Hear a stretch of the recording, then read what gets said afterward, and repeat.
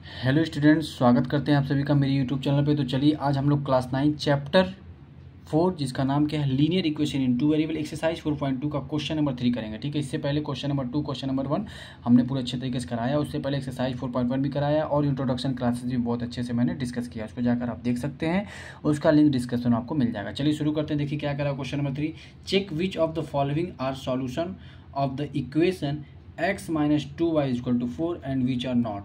आपको बताना है कि ये जो वैल्यू दिया हुआ है ये x की वैल्यू, ये y की वैल्यू होती है, ये भी x की वैल्यू, ये भी y की वैल्यू। आपको चेक करना है कि इस इक्वेशन पे सेटिस्फाई कर रहा है कि नहीं। अगर ये सेटिस्फाई कर देगा तो उसका सॉल्यूशन है, अगर सेटिस्फाई नहीं करेगा तो उसका सॉल्यूशन नहीं है। चलिए यहाँ पर x इक्वल टू क्या हो जाएगा 0 और y इक्वल टू क्या हो जाएगा 2। Putting in equation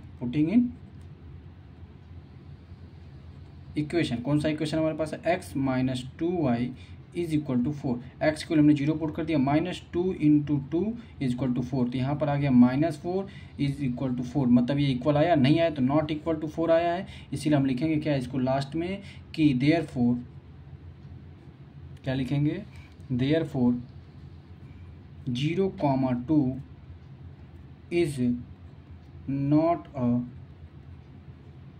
solution of this equation, not a solution of this equation. ठीक है, चलिए अब इसको चेक करते हैं। यहाँ पर x की वैल्यू क्या हो जाएगी 2, y की वैल्यू क्या हो जाएगी 0। ठीक है, पुट करते हैं तो x minus 2y is equal to 4। X की वैल्यू हमने क्या पुट की 2, -2 इंटू 0 इज इक्वल टू 0। ये 0 हो जाएगा, सॉरी 4। तो 2 is not equal to 4। Therefore लिखेंगे फिर यहाँ पर therefore 2,0 is not a solution of this equation. ये भी इसका सॉल्यूशन नहीं है। यहाँ पर एक चीज़ और लिख सकते हैं, ये left hand side is not equal to right hand side लिख सकते हैं। यहाँ पर भी लिख सकते हैं left hand side is not equal to right hand side. अगर ये इक्वल आता है तभी इसका सॉल्यूशन माना जाता है। ठीक है, अब यहाँ पर देखते हैं ये वाला थर्ड पार्ट इसका x इक्वल टू 4 दिया है, y इक्वल टू क्या दिया 0। तो यहाँ पर लिखेंगे x minus 2y is equal to 4। तो x की वैल्यू क्या है यहाँ पर 4 है, -2 इंटू 0 इज इक्वल टू 4। ये हो जाएगा 0 पूरा का पूरा, ये हो गया 4 इज इक्वल टू 4। इसका मतलब left hand side is equal to क्या हो जाएगा राइट हैंड साइड। लिखेंगे यहाँ पर क्या देयरफॉर, मतलब ये क्या है, ये सॉल्यूशन है। क्यों? क्योंकि दोनों क्या हो गए इक्वल हो गए। ठीक है, लिखेंगे लास्ट में क्या therefore 4,0 is the solution of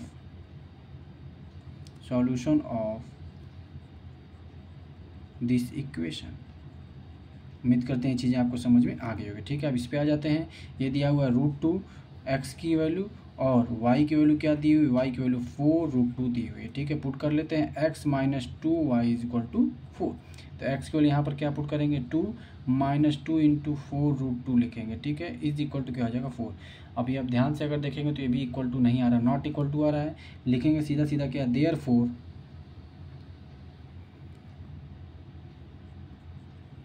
√2, 4√2 is not